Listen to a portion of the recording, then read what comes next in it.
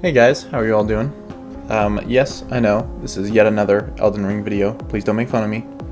Um, but I kind of wanted to make one more just to tie up a few loose ends that I had been thinking about, that I wanted to talk about last time. And there's just a few things that have happened recently that I think are going to be interesting to talk about.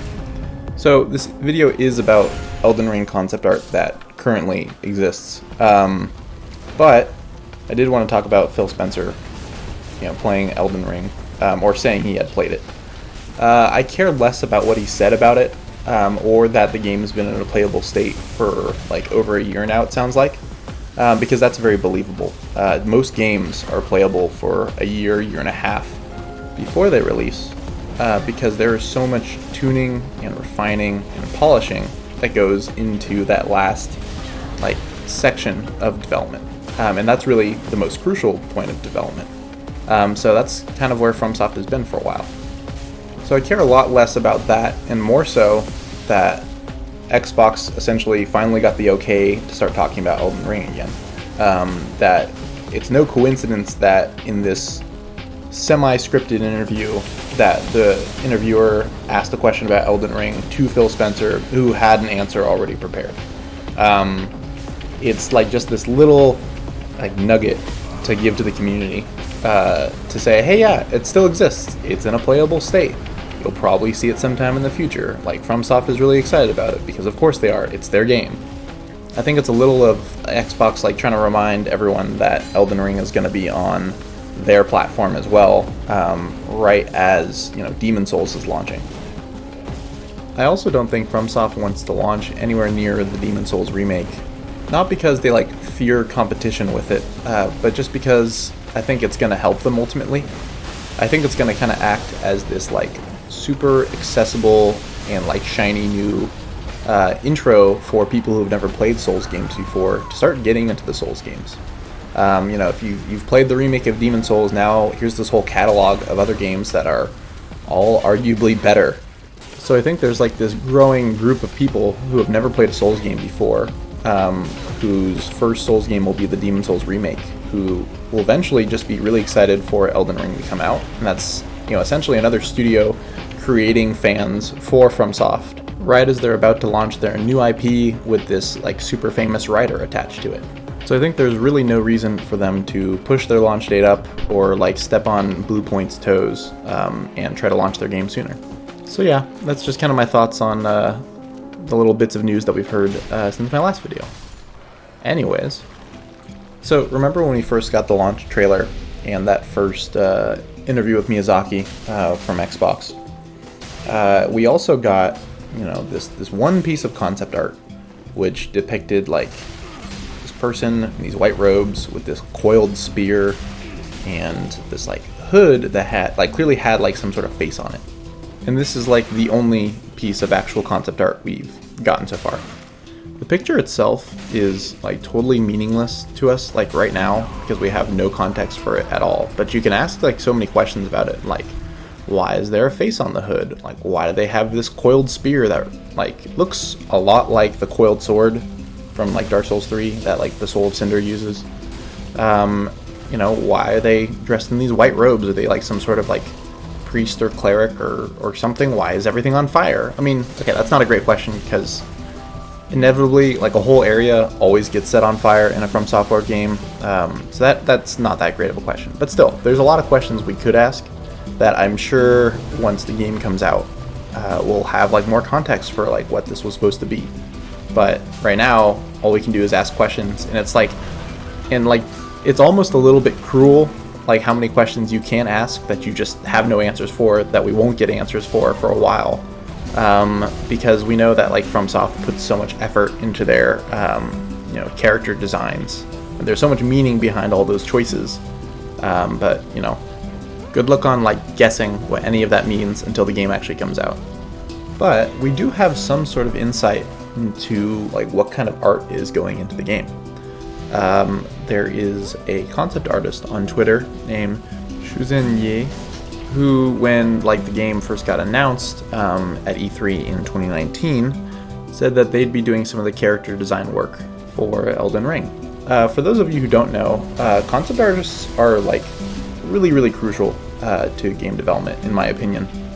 They basically make a template for what the final product is supposed to look like, just from like a piece of art, and then it's up to animators and 3D artists to create that in game.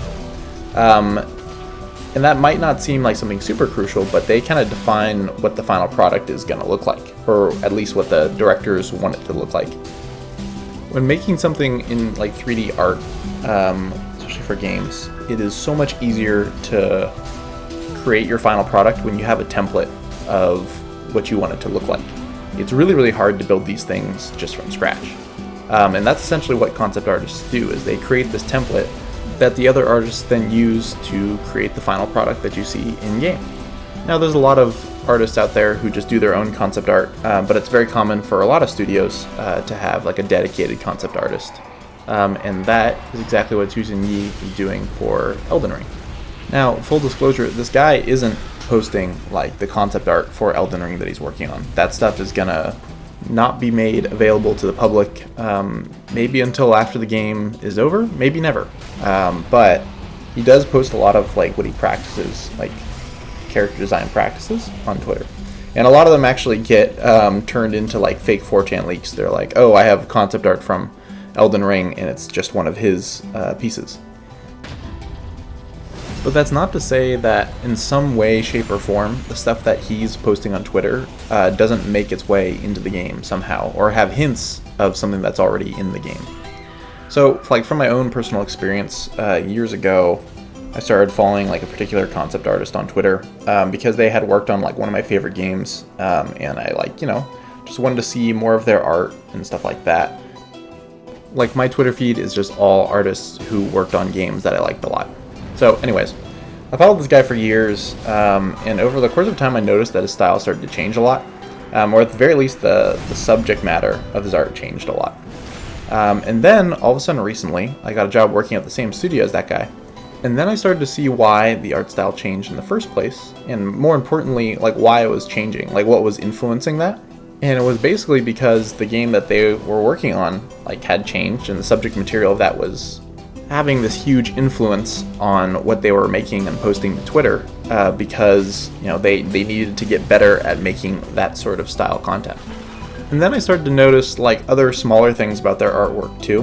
Like there's this one instance where they depicted this guy, like this character carrying like a certain type of weapon / staff, and he had done a couple of them before. And when I started working there, I started playing the game that we're working on. And then I saw that exact same staff in the game in a completely different context. It wasn't like this weapon anymore, it was like something in the landscape. And so that's kind of what I'm getting at here, is that these concept artists will like take ideas that are already in the game and try to get better at drawing them in their own time. And in order to not like just totally spoil exactly what they're working on, they will recontextualize them and kind of hide them in different ways. So that's exactly why I feel like Zhouxin is worth a follow on Twitter. I just feel like so much of what they're practicing and what they're posting is in some way, shape, or form in the game already, or making its way there. Like they're practicing these things to get better, and as a result, a lot of them post their practices on Twitter or just for the public to see. So something that I feel like is going to be a theme in Elden Ring are like these faces in things. I don't know what that theme is going to mean, but we have like the official concept art with the hood with a face on it. But then we also have this study of decaying flowers that Zhouxin did. And you can see if you look really closely that each petal, or like in between the petals, there's like these white little faces. And they look really similar to the face that's on that hood in the concept art, right? And we already know just how much FromSoft loves using fields of flowers, or just flowers in general, for so many of the things they do.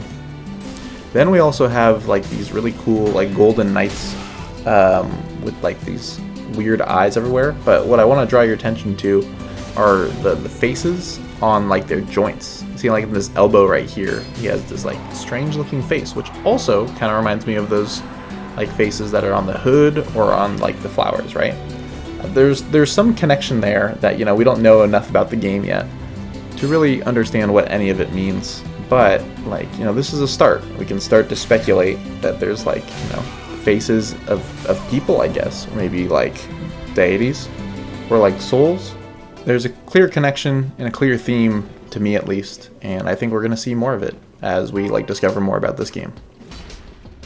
In my last video, I had mentioned one of the leakers from Reset Era had talked about there being wolves in this game. There's like numerous cases of this guy practicing like drawing wolves, some on battlefields. I don't know, I love this particular one with the charging knights alongside wolves. Another thing I think we're going to see a lot of is like winged helmets in Elden Ring. Just from the trailer so far that we already have 2 different characters with winged helmets. Here is this like masterpiece, like Dragon King kind of guy. You know, he has a winged helmet as well.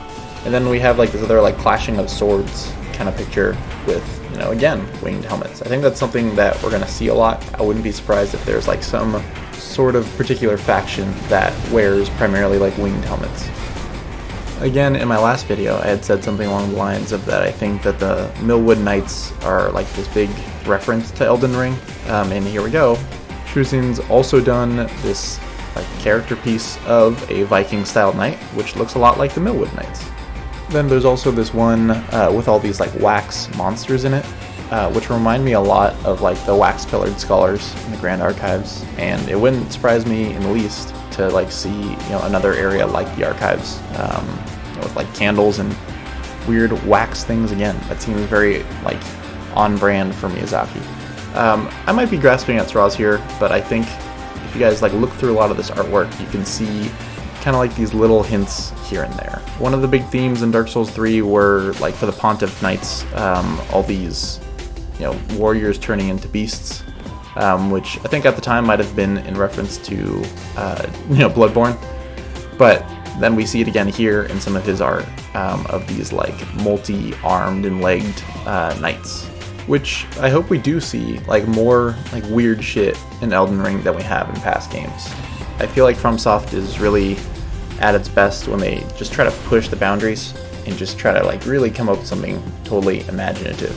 That's what I felt like Bloodborne did really well. It's what I felt like I didn't get nearly enough from like Sekiro. So I'm hoping we get more of this just like weird, out there, dark fantasy stuff.